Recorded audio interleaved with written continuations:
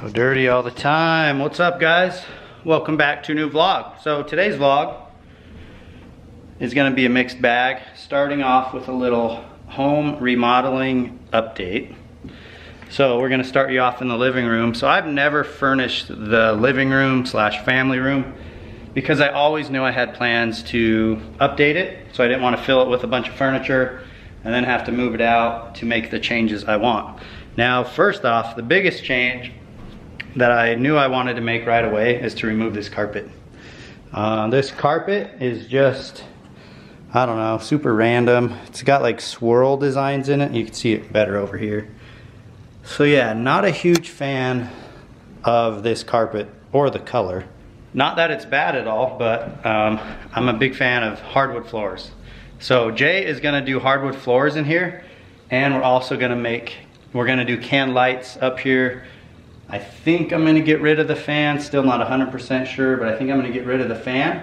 And then once we have hardwood floors, we have new can lights, we're gonna do a textured wall right there, and then paint, then I'll buy some furniture. So I'm not excited for the furniture. I'm excited to have it, but I'm not excited to pay for it. Big sectionals and tables and all that kind of stuff is not cheap. So yeah, that's gonna be the changes made here in the living room. What's up, dude? And then a small upgrade is going down in my bedroom.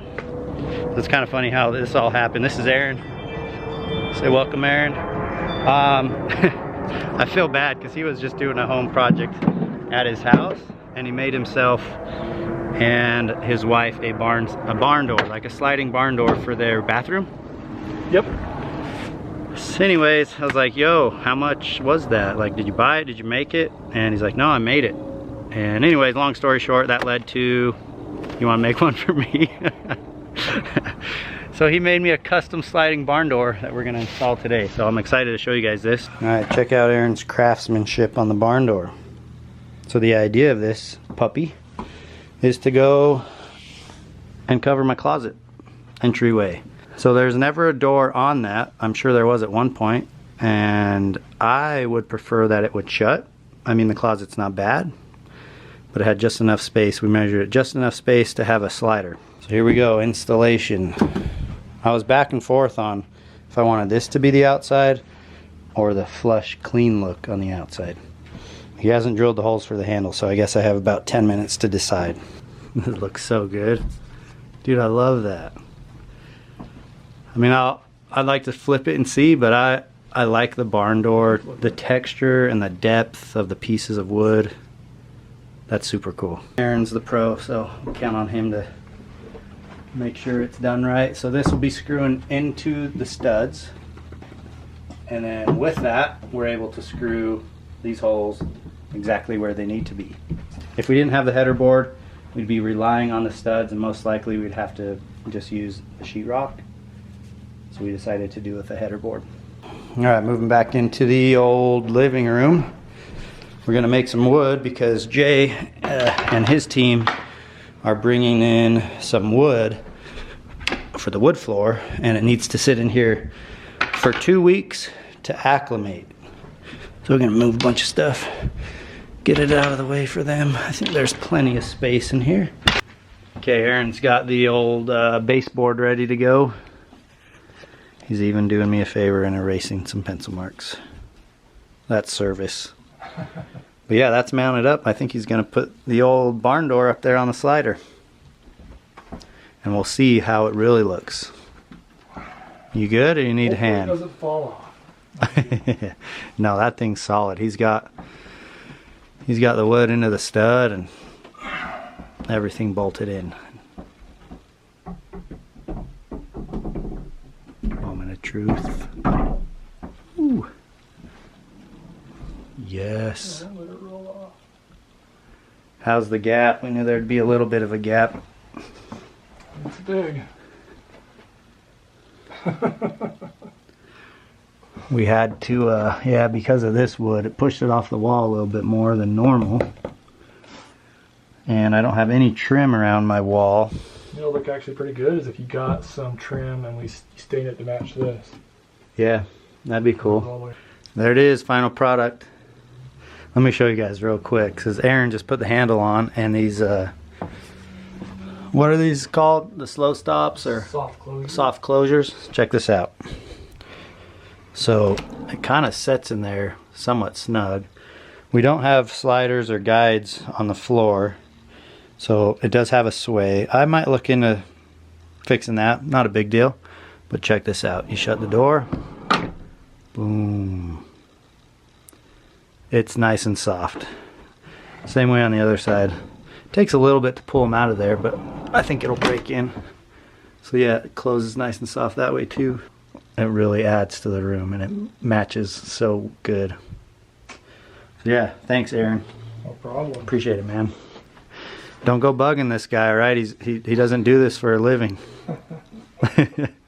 He's like, man, once everyone finds out I'm a little bit of a handyman, all my friends call me. Maybe one day when I That's so have funny. a shop to do it in. Yeah, it turned out good though. I absolutely love it. It is so cold in Salt Lake. I just came inside from getting geared up because I'm gonna be outside cutting dog chews.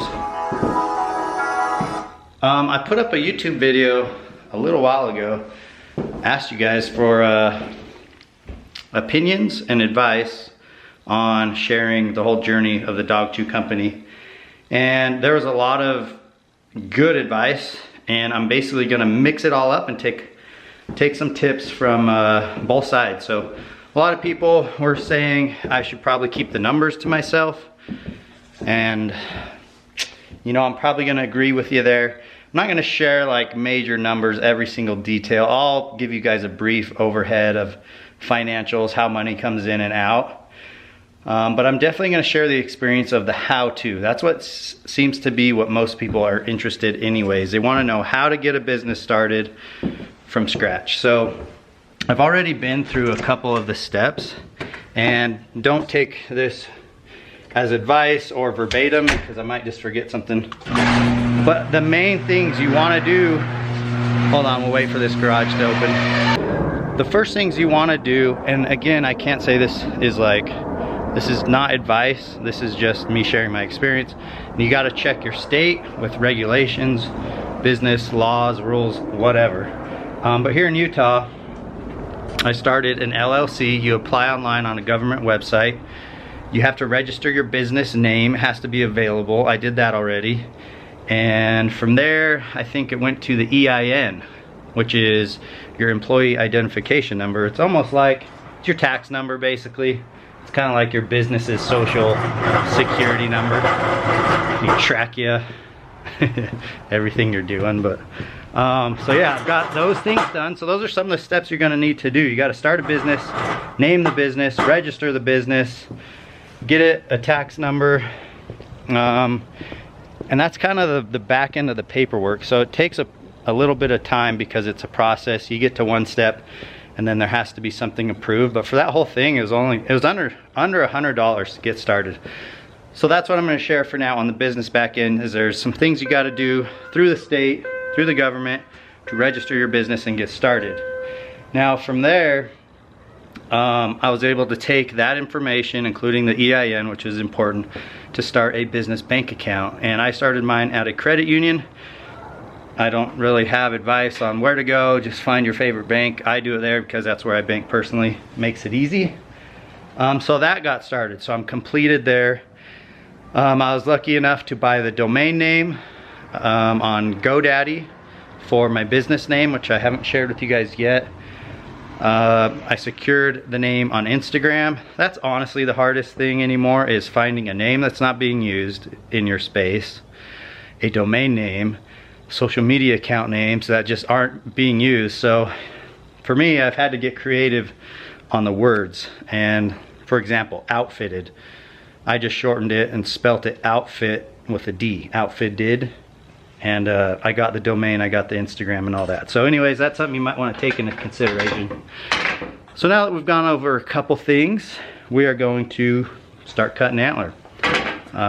Once I launch this website, I want it to be full of inventory. So I went ahead and cut a bunch of antlers up the other day, and I still have sanding to do and all that, but I'm gonna get the gear out once again. The sun's out. It's not freezing cold or as cold as it was. And I'm gonna cut dog chews. So this is kind of where I'm at right now, is cutting them underneath this carport. Getting the saw out. This is step one. So instead of going like saw to the sander, back to the saw, back to the sander, I'm literally just gonna do one step at a time, starting with cutting them down. So yeah, I'll cut them all down first, and then I will sand them. That way, somewhat stay a little more organized. Might be a little more time efficient that way. So let me show you some antlers I'm gonna cut. Let me stick this on here and plug it in. Let there be power. All right, so check this out. I know some people are bugged by watching the antlers get cut up, and trust me, I was the exact same. Never would have imagined I'd be cutting up my antlers, but here we are. Times have changed, priorities have changed, and I'm still trying to sell chews to help my parents. That's basically the main goal of the website. But this is pretty sweet. Little bit of a bummer, like I said. We've got two right sides off this bull. I found these on the same ridge the same day and never found either matches to them. So this is the more fresh one, which unfortunately does have a little bit of chews.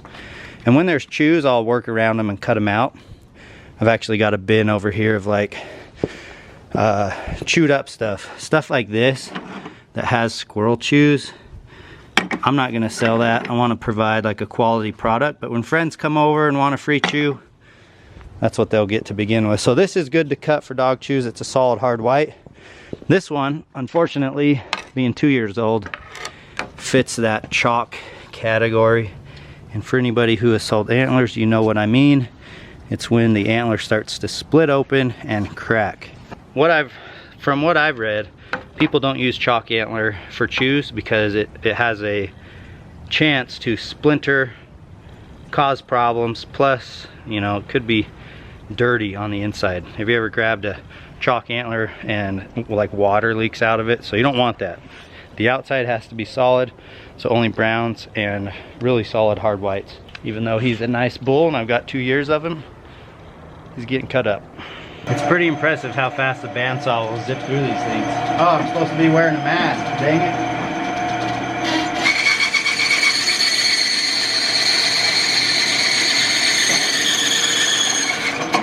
Alright, I won't bore you guys with cutting antler. You guys have seen me do that in other vlogs, but yeah, this is the one thing that I will happily wear a mask for, just because you don't want to be breathing that bone dust. I guess it's not good for you at all. So I'm gonna sit here and cut, build some inventory. I'm gonna catch up to you guys later.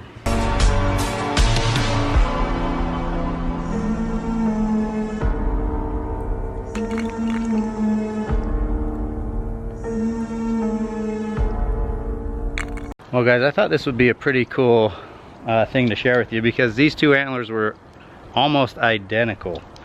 So let me show you. I don't know why this is so funny to me, to see that antler laying flat on the ground.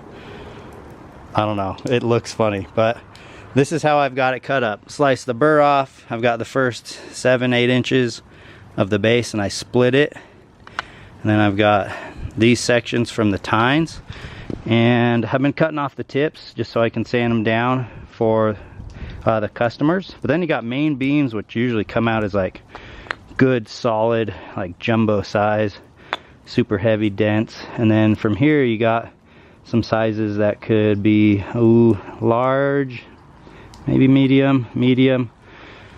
And then yeah, that's how it's broken down. But that's all the different cuts I got out of that antler. I thought it'd be interesting to share it with you just like that.